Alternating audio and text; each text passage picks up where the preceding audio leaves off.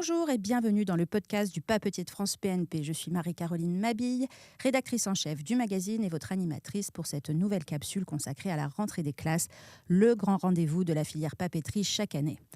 Selon les chiffres de Nielsen IQ GFK pour l'AIPB, en 2025, la rentrée a enregistré un chiffre d'affaires de 619 millions d'euros, en légère baisse de 0,4%. Cela correspond à 202 millions d'unités écoulées, soit plus 2,3% en volume. Lors de cette campagne, qui s'est allée entre juillet et début septembre, de nouveau, les ventes des hypermarchés et supermarchés ont reculé, alors que les spécialistes culturels, les acteurs du e-commerce et les superstores ont progressé. Ces derniers ont même affiché plus 2,3% en valeur et plus 10,6% en volume. Alors pour faire le bilan de cette rentrée 2025, témoigner des facteurs favorables aux spécialistes et explorer les perspectives de l'édition 2026, nous recevons Adrien Perrol, directeur général de l'enseigne Bureau Vallée, devenu en quelques années un des acteurs majeurs de la rentrée scolaire. Bonjour Adrien Perrol. Bonjour Marie-Caroline Mabille. Alors pour commencer, d'après vous, quels ont été les principaux enseignements de la rentrée des classes 2025 ?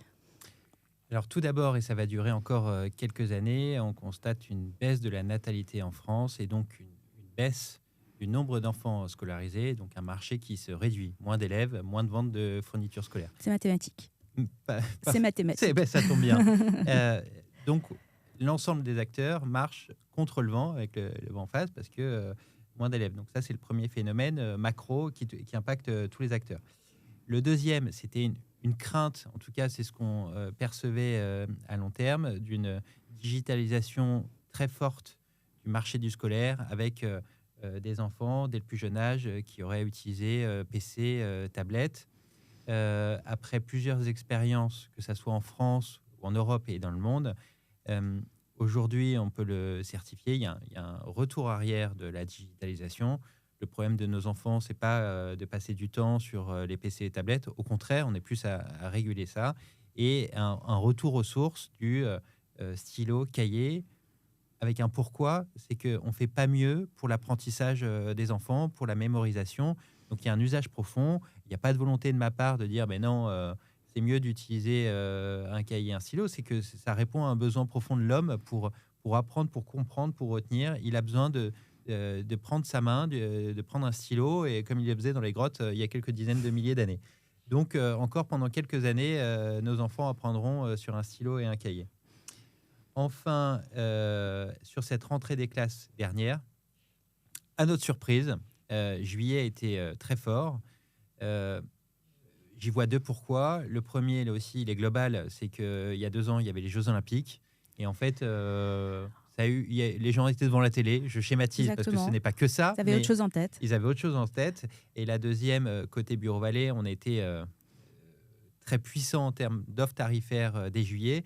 Et ce qui a créé une forte hausse des achats dès juillet. Et enfin, sur cette rentrée des classes, et ça faisait longtemps que ce n'était pas arrivé, beaucoup d'innovations produits. Des nouveautés. Des nouveautés, ça fait plaisir. Pas mal de fabricants ont sorti des innovations. Je pense à Maped avec ses gammes pour aider à la concentration des élèves. C'est tout bête, mais ils ont mis des formes sur la règle, sur le stylo. Et puis, j'ai un Bic 4 couleurs, mais plutôt que de faire le clic sur son stylo 4 couleurs, et vous l'avez peut-être vécu, et je l'ai vécu, ça énerve le professeur parce qu'il entend clic, clic, clic dans la classe. Oui, mais en fait, ça aide à se concentrer. Donc, voilà, une des innovations. On a Bic qui a continué de développer des gammes un peu Fantasy, et ce qui marche, qui continue de marcher, ça fait des années, et puis ils arrivent à se renouveler, même parfois en faisant une blague, ça devient un banger, en tout cas une top vente. C'était pour le 1er avril, c'était dit, on va sortir un stylo 4 couleurs kebab. C'était le 1er avril, et en fait ça a tellement buzzé que ils l'ont sorti en catimini, et top vente. De notre côté, Bureau Vallée, on a sorti une gamme de maroquinerie qui s'appelle Biopic, construit par des mamans au service de leurs enfants. Et ça a super bien fonctionné. On avait beaucoup de craintes là-dessus. On reviendra dessus probablement, les produits Prix Mini. Et enfin, la star depuis 5 ans, les produits Legami, qui ont pris les codes de la mode. Et tous les 4 mois, ils nous sortent des nouvelles gammes qui sont en fait rupturistes, parce que la série est limitée. Et on a des gens qui viennent en magasin juste pour ça. Et c'est impressionnant à suivre et à constater en magasin. Alors, on a un peu parlé des familles. Est-ce que leurs habitudes d'achat ont évolué ou est-ce qu'on retrouve des tendances déjà identifiées les années précédentes? On pense à la liste barrée, des choses comme ça. Celle qui m'a le plus marqué cette année, et c'est une confirmation des années précédentes, c'est la progression du web. On fait quasi x2 en nombre de commandes, ce qui nous a posé des problèmes organisationnels.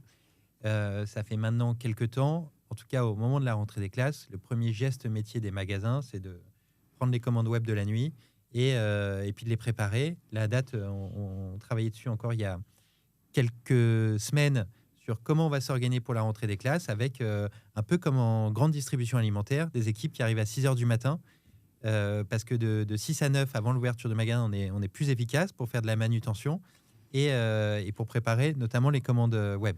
Donc les commandes web sont préparées dans vos points de vente. Oui, que ça soit en retrait magasin ou en livraison, là, 98% sont préparés sur nos points de vente. Et c'est le chiffre d'affaires de nos magasins, donc c'est pas un concurrent de nos magasins, c'est important stratégiquement, c'est vraiment un relais des magasins, ce qui fait une adoption forte chez nous.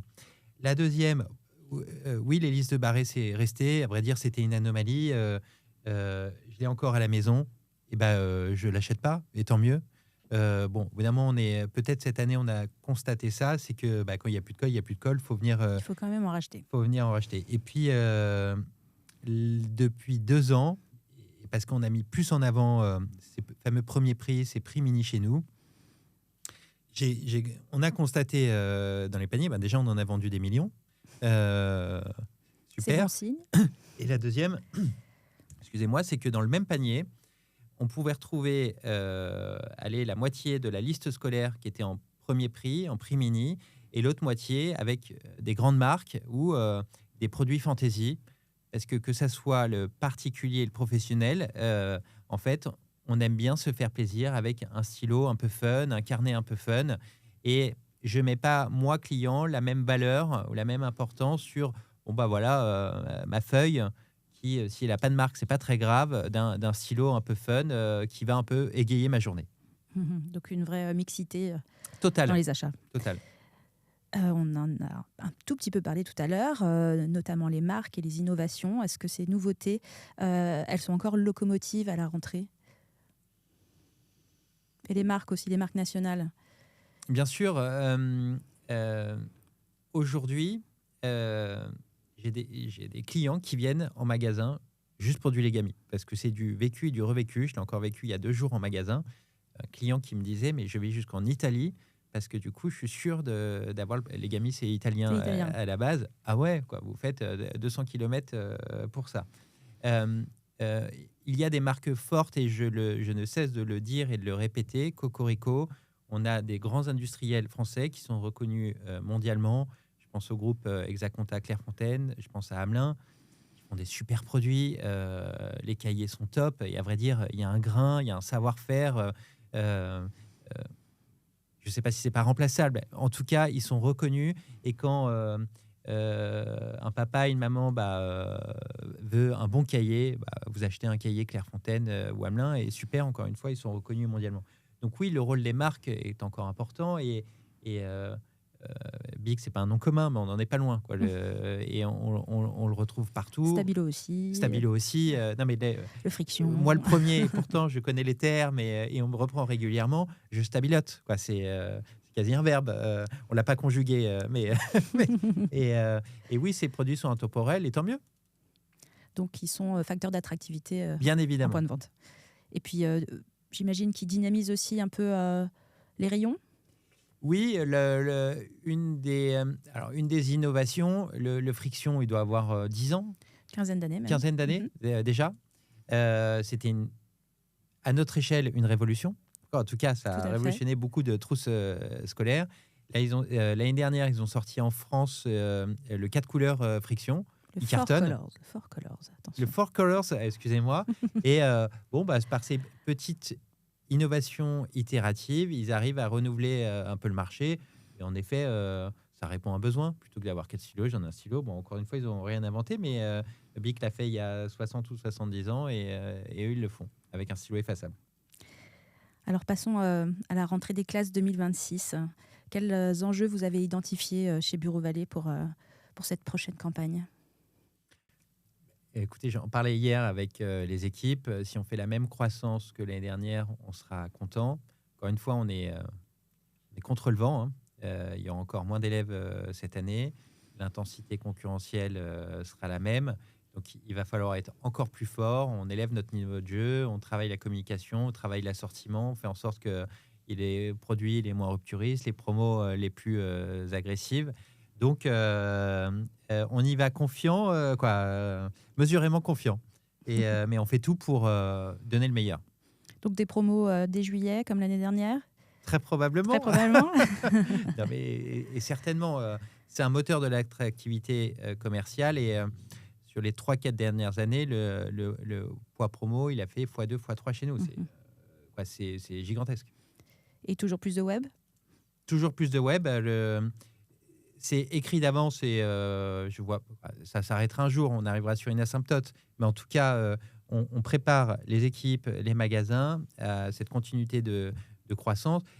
Et c'est des problèmes qu'on aime bien gérer. C'est des problèmes de gens qui ont trop de monde, qui ont de l'activité.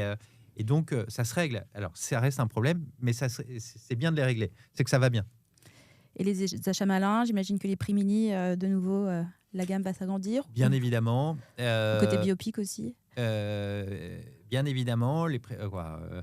Je pense qu'un certain nombre de magasins sont tombés en rupture côté prix mini. Donc là aussi, ils vont anticiper. La gamme de maroquinerie scolaire Biopic s'étoffer. C'était une première. Pour nous, tout était nouveau, hein. Designer un produit, c'était nouveau. Choisir une usine, l'importer, éclater depuis Le Havre pour que ça arrive dans tous nos magasins. Bon, bref, il y a énormément d'étapes. Et donc là, il y a des nouvelles gammes qui sortent. Je vais vous citer l'Ergobag, c'est les sacs qui allègent un peu le poids sur le dos des enfants, parce que ça fait 30 ans que les sacs sont trop lourds. Et je pense que le problème est insoluble, parce que quoi qu'on dise, quoi qu'on fasse, les enfants aiment bien mettre tous leurs cahiers dedans. Donc la gamme s'étoffe et on croit beaucoup en cette gamme.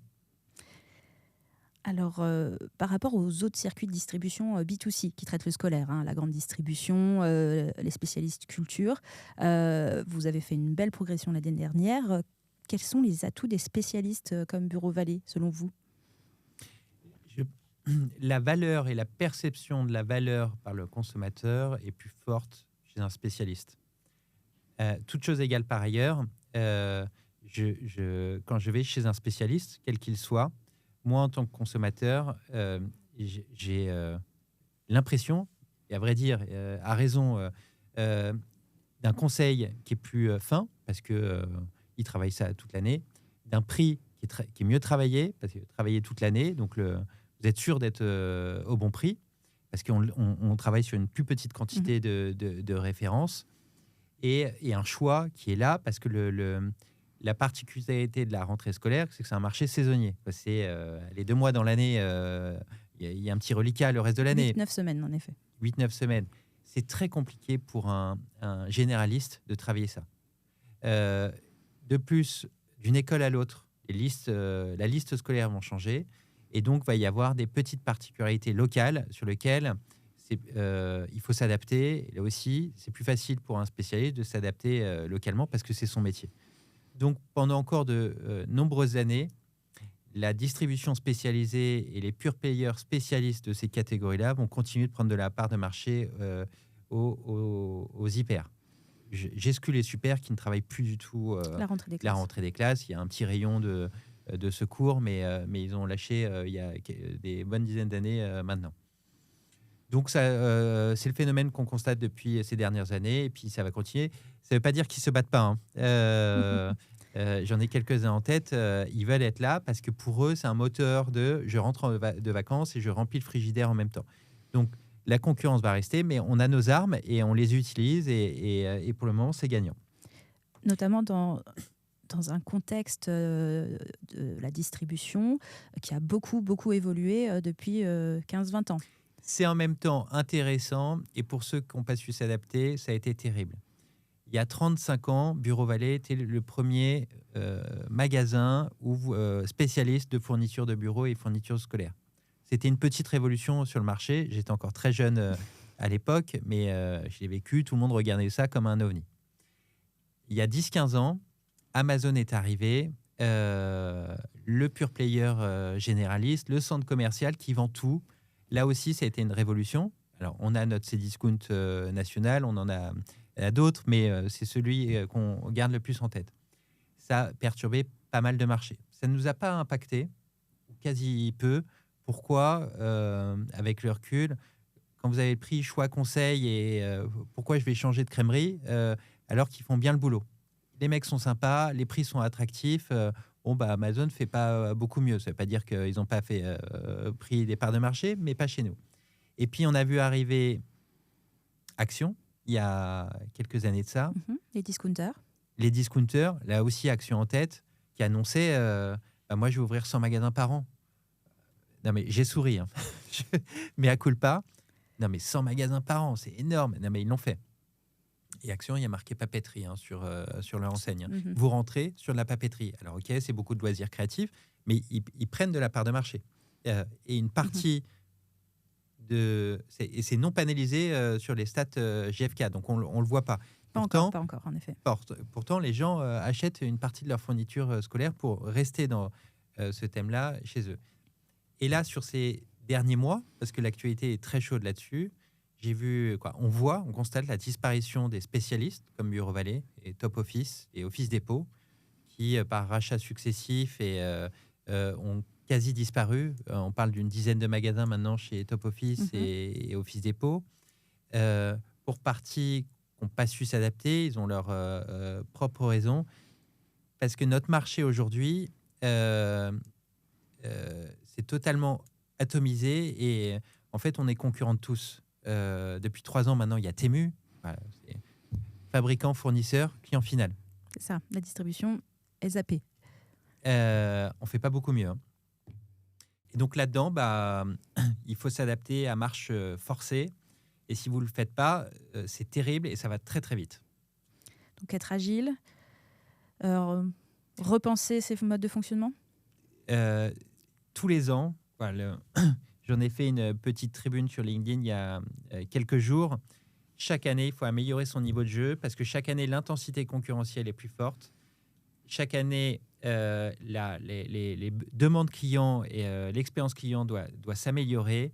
Et si vous n'êtes pas dans cette compétition permanente, sur laquelle parfois il faut remettre en cause des dogmes, vous disparaissez. Adrien Perrol, un grand merci pour votre analyse de ce marché de la rentrée des classes qui, en 2026 encore, sera stratégique pour la filière papeterie. Cette émission, comme les précédentes, est disponible en libre écoute sur les plateformes de streaming, en vidéo sur notre chaîne YouTube et sur notre site internet dans la rubrique podcast. Je vous remercie pour votre écoute et je vous donne rendez-vous très bientôt pour un nouvel épisode du podcast du Pas Petite France PNP.